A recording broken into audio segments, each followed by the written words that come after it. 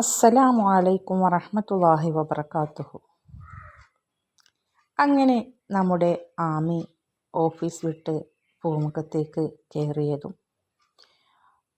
ഒരു വെരുകിനെ പോലെ അങ്ങോട്ടും ഇങ്ങോട്ടും കൈയും പിന്നിലേക്ക് കെട്ടി അങ്ങോട്ടും ഇങ്ങോട്ടും നടക്കുന്ന റസാക്കിനെയാണ് അവൾ കണ്ടത്. കണ്ടപാടെ അവൾ അസ്സലാമു അലൈക്കും എന്ന് പറഞ്ഞു. എന്നാൽ റസാക്ക് അതിന് മറുപടിയൊന്നും പറയാതെ, എന്താടി ഇത്ര വൈകിയത്? ഞാൻ നിന്നെ എത്ര നേരമായി കാത്തു നിൽക്കുന്നു എന്നറിയോ? നിന്റെ ഒരു മറുപടി കിട്ടാൻ വേണ്ടി ഇത്രയും മനുഷ്യൻ കാത്തു നിൽക്കണോ? ഇതൊക്കെ എന്താ ഇത്ര ആലോചിക്കാൻ? പെട്ടെന്ന് പറയാനുള്ള കാര്യമല്ലേ ഉള്ളൂ. എന്തായാലും നിന്റെ ആലോചനയെല്ലാം എന്തായാലും എനിക്ക് നിന്റെ ഭാഗത്ത് നിന്ന് സമ്മതമാണ്, കല്യാണത്തിന് സമ്മതമാണ് എന്നുള്ള ഒരു മറുപടി മാത്രം കിട്ടിയാൽ മതി.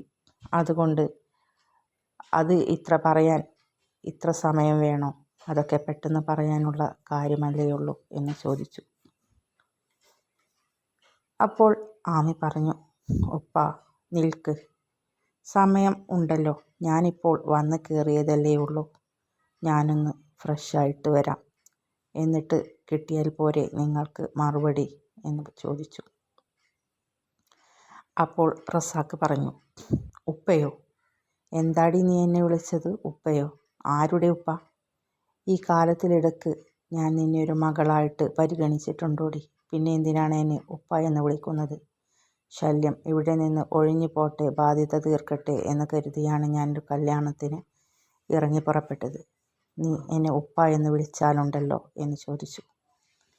ഇത് കേട്ടതും ആമി ചോദിച്ചു, അപ്പോൾ നിങ്ങൾ എൻ്റെ ഉപ്പയല്ലെങ്കിൽ പിന്നെ എന്തിനാണ് ഉപ്പ നിങ്ങൾ നിങ്ങളുടെ എല്ലാം വിജയത്തിനു വേണ്ടി എൻ്റെ ജീവിതം ബലിയാടാക്കുന്നത്? നിങ്ങൾ എന്നെ ഒരു മകളായി കണ്ടിട്ടില്ലെങ്കിൽ എന്നെ എൻ്റെ പാട്ടിന് വിട്ടുകൂടെ എന്നെല്ലാം. ഞാൻ നിങ്ങൾക്കൊന്നും ഒരു ശല്യമാവുന്നില്ലല്ലോ. ഞാൻ അധ്വാനിച്ചു കൊണ്ടുവന്നിട്ടല്ല ഞാനിവിടെ കഴിയുന്നത്, അല്ലാതെ നിങ്ങളുടെ ചിലവിൽ പോലുമല്ല. പിന്നെ എങ്ങനെയാണ് നിങ്ങൾക്ക് ഞാനൊരു ബാധ്യതയാകുന്നത്? എന്തിനാണ് പിന്നെ നിങ്ങളുടെ കാര്യങ്ങൾ നേടുന്നതിന് വേണ്ടി എന്നെ മകളായി കാണാത്ത നിങ്ങൾ എന്തിനു വേണ്ടി എൻ്റെ ജീവിതം ബലിയാടാക്കുന്നു എന്നെല്ലാം ചോദിച്ചു. ഇത് കേട്ടതും റസാക്ക് ഒരു ക്രൂരനായ സിംഹത്തെ പോലെ അവളുടെ നേർക്ക് ചാടി വീണു. പക്ഷെ അവളെ സാധാരണ അടിക്കാൻ കൈയോങ്ങാറുള്ള അയാൾ അടിക്കാനൊന്നും നിന്നില്ല. എന്നാലും അയാളുടെ ഭീകരമായ മുഖം അപ്പോൾ കണ്ടാൽ ആരും പേടിച്ചു പോകും.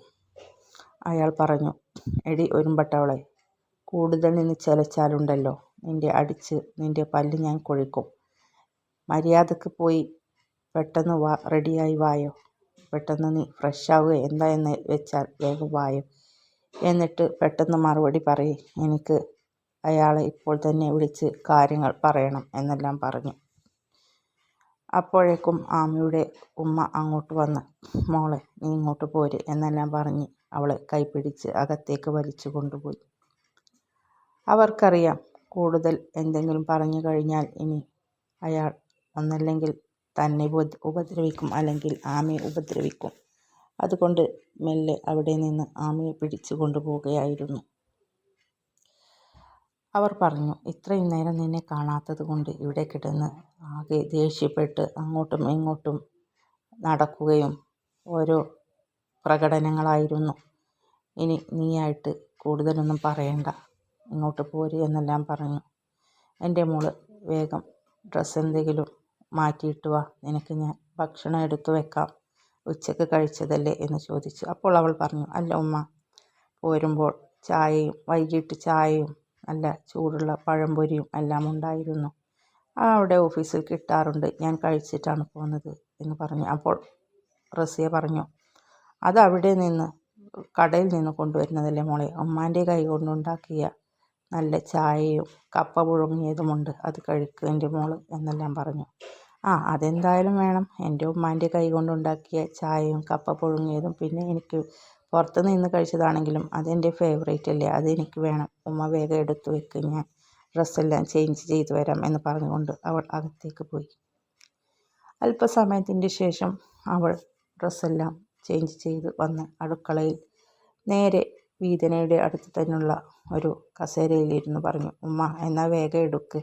കഴിച്ചിട്ട് വന്നതാണെങ്കിലും ഉമ്മയുടെ കപ്പയും ചായയും എന്ന് കേട്ടപ്പോൾ എൻ്റെ വിശപ്പ് കൂടി. ഒന്നും കഴിക്കാത്തത് പോലെയാണ് ഇപ്പോൾ എനിക്ക് തോന്നുന്നത്. പെട്ടെന്ന് താ ഉമ്മ എന്നെല്ലാം പറഞ്ഞു. അപ്പോൾ റസിയ ചിരിച്ചുകൊണ്ട് പറഞ്ഞു, ഇത്ര പ്രായമായെങ്കിൽ 10-25 വയസ്സായെങ്കിലും പെണ്ണിൻ്റെ കുട്ടിക്കളി മാറിയിട്ടില്ല എന്നെല്ലാം പറഞ്ഞുകൊണ്ട്, ധൃതി കൂട്ടണ്ട എന്നെല്ലാം, ഇനി ഇപ്പോൾ ഒരംഗത്തിന് പോവാനുള്ളതല്ലേ, നന്നായി കഴിച്ചോ, അതിൻ്റെ ഒരു ഊർജ്ജമെങ്കിലും കിട്ടട്ടെ എന്നെല്ലാം റസിയ പറഞ്ഞു. അപ്പോൾ ആമി ചിരിച്ചുകൊണ്ട് പറഞ്ഞു, ഉമ്മ എന്നെ കളിയാക്കിക്കോ, അവിടെ എനിക്കല്ലേ അറിയൂ ഞാൻ ഇനിയിപ്പോൾ എന്തെല്ലാം അനുഭവിക്കണമെന്നെല്ലാം പറഞ്ഞു. അപ്പോൾ റസിയ പറഞ്ഞു, നീ തമാശ പറഞ്ഞപ്പോൾ ഞാനും തമാശ പറഞ്ഞതല്ലേ മോളെ, ഉമ്മാൻ്റെ മനസ്സ് വേദനിക്കുകയാണെന്ന് നിനക്കറിയില്ലേ, എൻ്റെ കുട്ടിയുടെ മനസ്സ് വേദനിക്കുന്നതിൻ്റെ 1000 ഇരട്ടി എൻ്റെ മനസ്സ് വേദനിക്കും, നീ എൻ്റെ മോളല്ലേ എന്നെല്ലാം പറഞ്ഞു. അപ്പോൾ ആമി പറഞ്ഞു, ഈ ഉമ്മാനോടൊരു തമാശ പറയാനും പറ്റില്ല, എനിക്കറിയാമല്ലോ എനിക്ക് വേദനിച്ചാൽ അതിൻ്റെ ഇരട്ടി എൻ്റെ ഉമ്മാക്ക് വേദനിക്കുമെന്ന്, ഞാനും തമാശ പറഞ്ഞതാണ് എന്നെല്ലാം പറഞ്ഞു. അങ്ങനെ പെട്ടെന്ന് തന്നെ അവൾ ചായ കുടിച്ചു. ബാക്കി 2 കഷ്ണം കപ്പയും ചായയും ഉണ്ടായിരുന്നത് അവൾ റസിയാനയ്ക്ക് കൊണ്ടു നിർബന്ധിച്ച് കഴിപ്പിച്ചു. എനിക്കറിയാം ഉമ്മ എനിക്ക് എടുത്തു വെച്ചതായിരിക്കും, അധികമൊന്നും ഉമ്മാക്ക് കിട്ടിയിട്ടുണ്ടാവില്ല എന്ന്, ഇത് കഴിക്കുക എന്നെല്ലാം പറഞ്ഞുകൊണ്ട് റസിയാനയെ കൊണ്ടും ആ ചായയും കപ്പയും കഴിപ്പിച്ചു. അവിടെ ആമിക്കറിയാം എന്തെങ്കിലും ഉണ്ടാക്കി കഴിഞ്ഞാൽ ഭൂരിഭാഗവും അവിടെയുള്ള മറ്റുള്ള അംഗങ്ങൾ കഴിച്ച് എന്തെങ്കിലും മിച്ചം വരുന്നത് റസിയാക്കും ആമിക്കും കിട്ടാറുള്ളൂ എന്ന്. അതുകൊണ്ട് തന്നെ റസിയ അവൾ കഴിച്ചിട്ടില്ലെങ്കിലും ആമിക്ക് വേണ്ടി അവളുടെ ഓഹരി കൂടി ആമിക്ക് വേണ്ടി എടുത്തു വെച്ചതാണ്. അത് ആമിക്കും അറിയാം. അതുകൊണ്ട് തന്നെയാണ് അവൾ ഉമ്മാനെ കൊണ്ട് കഴിപ്പിച്ചത്. അവൾക്കത് മുഴുവൻ കഴിക്കാൻ ആഗ്രഹമുണ്ടായിരുന്നെങ്കിൽ കൂടി ഉമ്മ കഴിക്കാതെ തനിക്ക് വേണ്ടി എടുത്തു വെച്ചതാണെന്ന് അവൾക്കറിയാം. അതുകൊണ്ട് തന്നെ അവൾ ഉമ്മാനെ കൊണ്ട് കഴിപ്പിക്കുകയായിരുന്നു. അങ്ങനെ ചായ കുടിയെല്ലാം കഴിഞ്ഞ് അവൾ ഹാളിലേക്ക് വന്നു. അപ്പോഴും അവിടെ റസാക്ക് അങ്ങോട്ടും ഇങ്ങോട്ടും അക്ഷമയോടെ ഉലാത്തുകയായിരുന്നു. റസാക്ക്, ഓ തമ്പുരാട്ടി എത്തിയോ എന്നെല്ലാം ചോദിച്ചു. ഉമ്മ എല്ലാവരും ഇങ്ങോട്ട് വരും എന്നെല്ലാം എന്താണ് ഇവൾ പറയാൻ പോകുന്നത് എന്ന് നിങ്ങൾക്കെല്ലാവർക്കും കേൾക്കണ്ടേ എന്നെല്ലാം പറഞ്ഞുകൊണ്ട് റസാക്ക് ഉച്ചത്തിൽ എല്ലാവരും ഇങ്ങോട്ട് വരൂ എന്ന് പറഞ്ഞു. അപ്പോഴേക്കും ഹാളിൽ റസാക്കും അതേപോലെ തന്നെ ജമീലത്തെയും അമീറും അതുപോലെ തന്നെ ഹാജറയും എല്ലാവരും ഹാജരായി. ബാക്കിയുള്ള മക്കളെല്ലാം എന്നാൽ അങ്ങോട്ട് വന്നില്ല. അവർ മനസ്സിൽ വിചാരിച്ചു, അവിടെ റസാക്കിൻ്റെ സ്വഭാവത്തിനനുസരിച്ച് വല്ല തല്ലും പിടിയും നടക്കും, അത് കാണാനുള്ള ശക്തി തങ്ങൾക്കില്ല എന്ന് വിചാരിച്ചു കൊണ്ട് റസിയയുടെ മകനും അതുപോലെ തന്നെ നമ്മുടെ സ്വത്തും മിന്നും അങ്ങോട്ട് വിരുന്ന് വന്നിരുന്നു. അവരും എല്ലാം മാറി നിന്നു. ഈ അടിയും പിടിയും തങ്ങൾ കുറേ അനുഭവിച്ചതാണ്. ഇനി അത് എന്തായാലും തങ്ങൾക്ക് അവിടെ പ്രത്യേകിച്ച് റോളൊന്നും ഉണ്ടാവില്ല.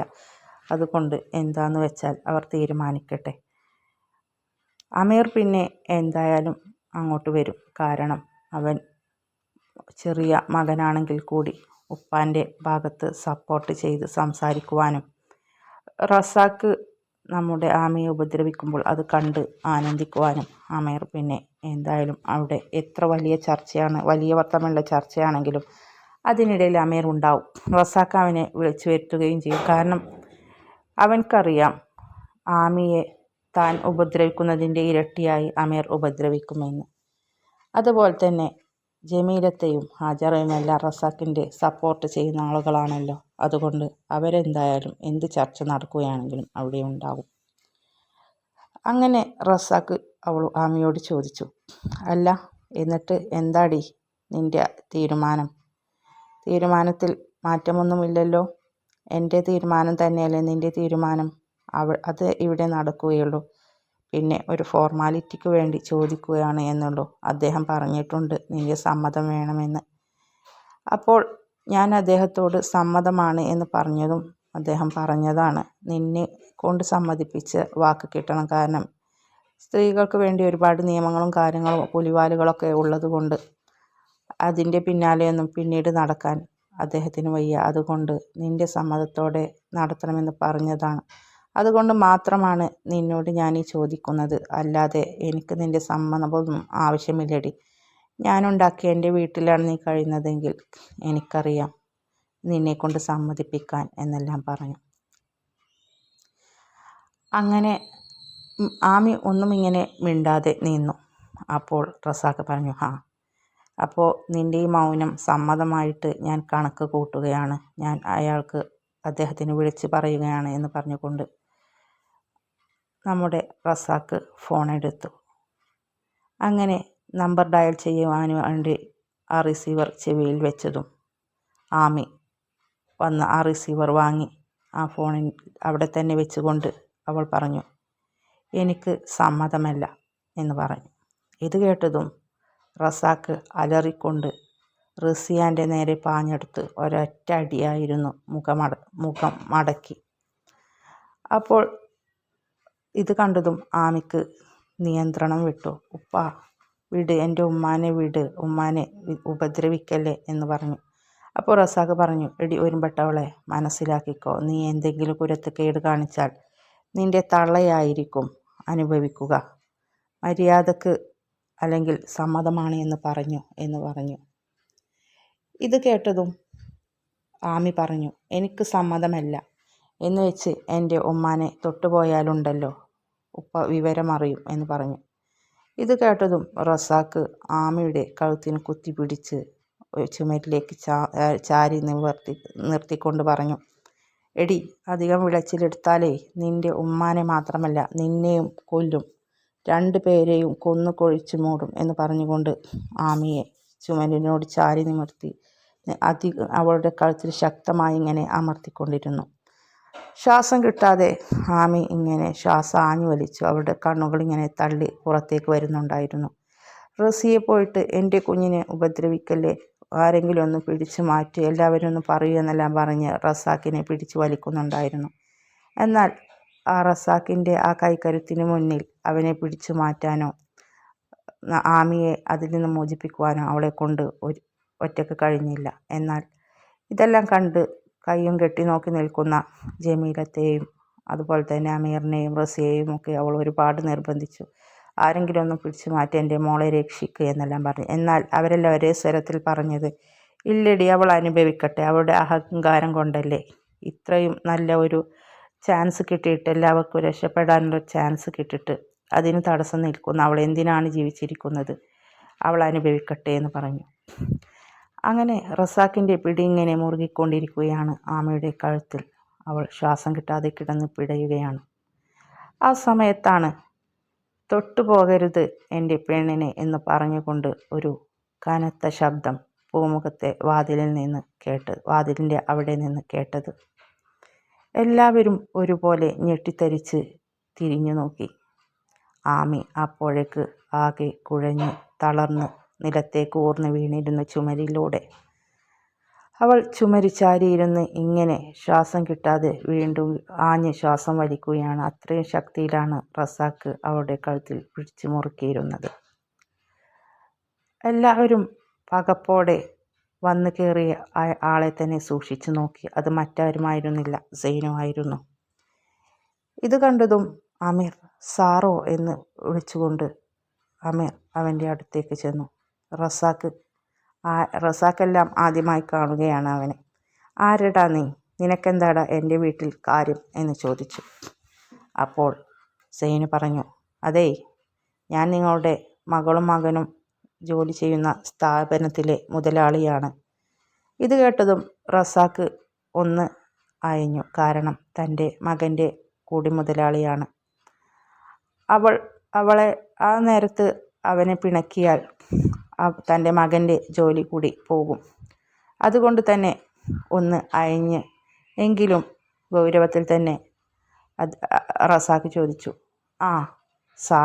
സാറ് എന്താ സാറേ, സാറിന് എൻ്റെ വീട്ടിൽ കാര്യം? എൻ്റെ മോനെ കാണാൻ വന്നതാണെങ്കിൽ ഓക്കെ, ഇരിക്കൂ, ചായ കുടിക്കാം, വേറെ എന്താണ് ഉദ്ദേശം എന്നെല്ലാം ചോദിച്ചു. അപ്പോൾ സൈനു പറഞ്ഞു, എൻ്റെ ഉദ്ദേശം ഇനി എല്ലാവരോടുമായിട്ട് പറയാം. ഈ നിൽക്കുന്ന ആമി ഞാൻ കല്യാണം കഴിക്കാൻ പോകുന്ന പെണ്ണാണ്. അതുകൊണ്ട് ഇനി ആരും അവളുടെ കാര്യത്തിൽ ഇടപെടരുത്. അപ്പോൾ റസാഖ് പറഞ്ഞു, ഞാൻ ഇടപെടുന്നില്ല സാർ, പക്ഷേ എനിക്ക് ഇനി എൻ്റെ രണ്ടാമത്തെ മകളുടെ കല്യാണം ഇവിടെ ഉറപ്പിച്ച് നിൽക്കുകയാണ്. ആ കല്യാണം നടത്താൻ എനിക്ക് കുറച്ച് പണം അധികം വേണം. അതുപോലെ തന്നെ നിലവിലുള്ള എൻ്റെ കടവും വീട്ടണം. അതിനുള്ള വഴി പിന്നെ സാർ എന്താണെന്ന് പറഞ്ഞു തരാമോ എന്ന് ചോദിച്ചു. ഇത് കേട്ടതും സൈനു ദേഷ്യത്തിൽ റസാക്കിൻ്റെ അടുത്ത് ചെന്ന് പറഞ്ഞു, അത് എന്നെക്കായും മൂത്ത ഒരാൾ ആയതുകൊണ്ട് നിങ്ങളുടെ മുഖത്ത് എൻ്റെ കൈ പതിയുന്നില്ല എന്നുള്ളൂ. എടോ, ഒരു മകളുടെ ജീവിതം രക്ഷിക്കാൻ വേണ്ടി മറ്റൊരു മകളെ അറവിന് കൊടുക്കണം അല്ലെങ്കിൽ ബലിക്ക് കൊടുക്കണമെന്നാണോ ഒരു തന്ത ചെയ്യേണ്ട കടമ? അല്ലെങ്കിലും താൻ ഇത്രയും കാലം ഇവളെ മകളായി കണ്ടിട്ടില്ലല്ലോ, പിന്നെ എന്തിനാണ് അവളുടെ കാര്യത്തിൽ ഇടപെടുന്നത് താൻ എന്നെല്ലാം ചോദിച്ചു. അപ്പോൾ റസാക്ക് പറഞ്ഞു, അത് ശരി, ഇവളെ എല്ലാ കാര്യവും സാറിനോട് പറഞ്ഞിട്ടുണ്ടല്ലേ. ഇത്രക്കും നിങ്ങൾ അടുപ്പമാണെങ്കിൽ എങ്കിൽ സാറ് തന്നെ പറഞ്ഞു തരൂ എൻ്റെ കടങ്ങൾ വീട്ടാനുള്ള ഒരു വഴി എന്നെല്ലാം പറഞ്ഞു. സൈനു ദേഷ്യമിങ്ങനെ കടിച്ച് പിടിക്കുകയാണ്.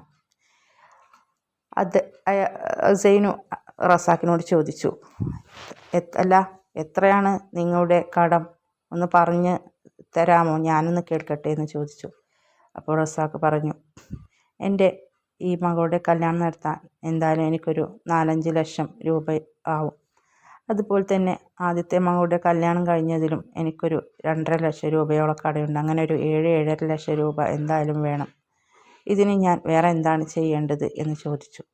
അപ്പോൾ നമ്മുടെ സൈന് പറഞ്ഞു, നാണമില്ലല്ലോടോ താൻ ഒരു തന്തയാണെന്ന് പറഞ്ഞ് നടക്കാൻ. ഒരു മകളുടെ ജീവിതം രക്ഷിക്കാൻ അല്ലെങ്കിൽ അവളുടെ കല്യാണം നടത്താൻ വേണ്ടി മറ്റൊരു മകളെ, പ്രായമായ സ്വന്തം വാപ്പയുടെ തന്നേക്കാൾ പ്രായമുണ്ടല്ലോടോ ശരിക്ക് അയാൾക്ക് കല്യാണം കഴിച്ചു കൊടുക്കാൻ, 2ാം കല്യാണമായി കഴിച്ചു കൊടുക്കാൻ നാണമില്ലല്ലോ. ബാപ്പയാണത്രേ, ബാപ്പ.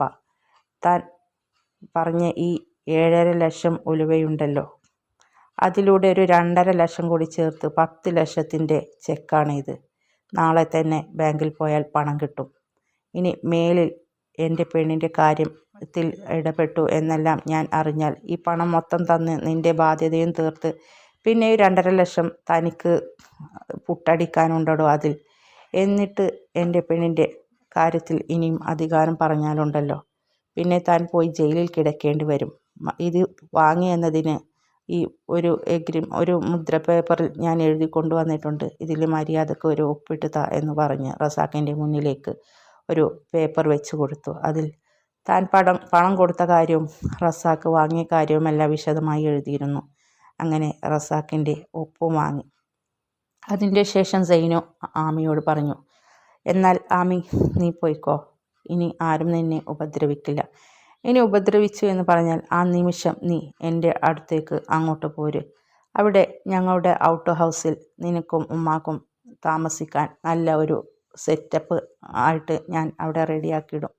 ആ നിമിഷം നീയും ഉമ്മയും ഇവിടെ നിന്ന് ഇറങ്ങി അങ്ങോട്ട് പോര്. നിന്നെ ഇനി ആരോ ഉപദ്രവിക്കില്ല. പിന്നെ ഉപദ്രവിച്ചവർ പോയിട്ട് ജയിലിലും കിടക്കേണ്ടി വരും എന്നെല്ലാം പറഞ്ഞു, ഒരു താക്കീത് പോലെ പറഞ്ഞു. അപ്പോൾ ആമിയും റസിയയും പറഞ്ഞു, ഞാൻ ചായ എടുക്കാം. റസിയ പറഞ്ഞു, ഞാൻ ചായ എടുക്കാം സാർ, ഇരിക്കൂ എന്നെല്ലാം പറഞ്ഞു. അപ്പോൾ സൈന് പറഞ്ഞു, ചായ എല്ലാം കുടിക്കാൻ ഞാൻ പിന്നീട് വരാം ഉമ്മ, ഇപ്പോഴത്തെ സിറ്റുവേഷൻ ഇങ്ങനെയായി പോയില്ലേ. ഇനി എനിക്ക് വീട്ടിൽ ചെന്നിട്ട് ഉമ്മ എന്നെ കാത്തിരിക്കുന്നതാവും. ഞാൻ നേരെ കമ്പനിയിൽ നിന്നും ആമിയുടെ കൂടെ ഇങ്ങോട്ടാണ് പോകുന്നത്. അവൾ പോകുന്നതിൻ്റെ പിന്നാലെ ഞാൻ പെട്ടെന്ന് തന്നെ ബാങ്കിൽ നിന്ന് പണമെടുത്ത് ഇങ്ങോട്ടാണ് പോകുന്നത്. എനിക്കറിയാം ഇവിടെ നടക്കാൻ പോകുന്ന കാര്യം എന്താണ് എന്ന്. അതുകൊണ്ട് ഞാൻ പെട്ടെന്ന് തന്നെ ഇങ്ങോട്ട് പോകുന്നതാണ്. ചായ എല്ലാം കുടിക്കാൻ ഞാൻ പിന്നീട് ഒരിക്കൽ വരാം. ആമി പറഞ്ഞിട്ടുണ്ട് ഉമ്മാടെ കൈപുണ്യത്തെക്കുറിച്ച്. പിന്നെ അതുമാത്രമല്ല, അവൾ ഉച്ചയൂണ് കൊണ്ടുവരുമ്പോൾ അതിൽ നിന്നും ഉമ്മയുണ്ടാക്കുന്ന നല്ല കടുമാങ്ങ അച്ചാറും അതുപോലെ തന്നെ നല്ല പാവക്ക മെഴുക്ക് പുരട്ടിയും അതുപോലെ തന്നെ ബീഫ് കൊണ്ടാട്ടം എല്ലാം ഞാൻ കഴിച്ചിട്ടുണ്ട്. അടിപൊളി ടേസ്റ്റാണ്. അതുകൊണ്ട് ഉമ്മാൻ്റെ കൈപുണ്യം നന്നായി ഒന്ന് ആസ്വദിച്ച് കഴിക്കണം.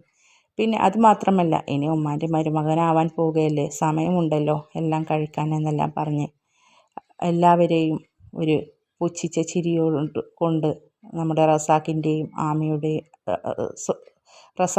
അതുപോലെ തന്നെ ജമീലത്താൻ്റെയും അതുപോലെ ഹാജറാൻ്റെയും അമീറിൻ്റെയും മുഖത്തേക്ക് ഒരു പുച്ഛിച്ച ഭാവത്തിലുള്ള ചിരി നോക്കി ആമിയുടെ മുഖത്ത് ഒരു വിജയിച്ച ചിരി കൊണ്ട് ഒരു കണ്ണുകൊണ്ട് സൈറ്റടിച്ച് കൊണ്ട് അങ്ങനെ നമ്മുടെ സൈനു അവിടെ നിന്ന് പോയി.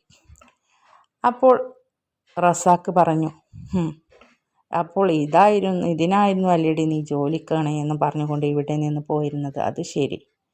എന്തായാലും എൻ്റെ കടങ്ങളെല്ലാം വീട്ടാനുള്ള പൈസ അവൻ തന്നതുകൊണ്ട് തൽക്കാലം ഞാനൊന്നും പറയുന്നില്ല. എങ്കിലും നിങ്ങൾ ഒരുമിച്ച് സുഖിച്ച് ജീവിക്കാൻ നിന്നെ കല്യാണം കഴിക്കാനോ ഒന്നും ഞാൻ സമ്മതിക്കുമെന്ന് നീ കരുതണ്ടടി.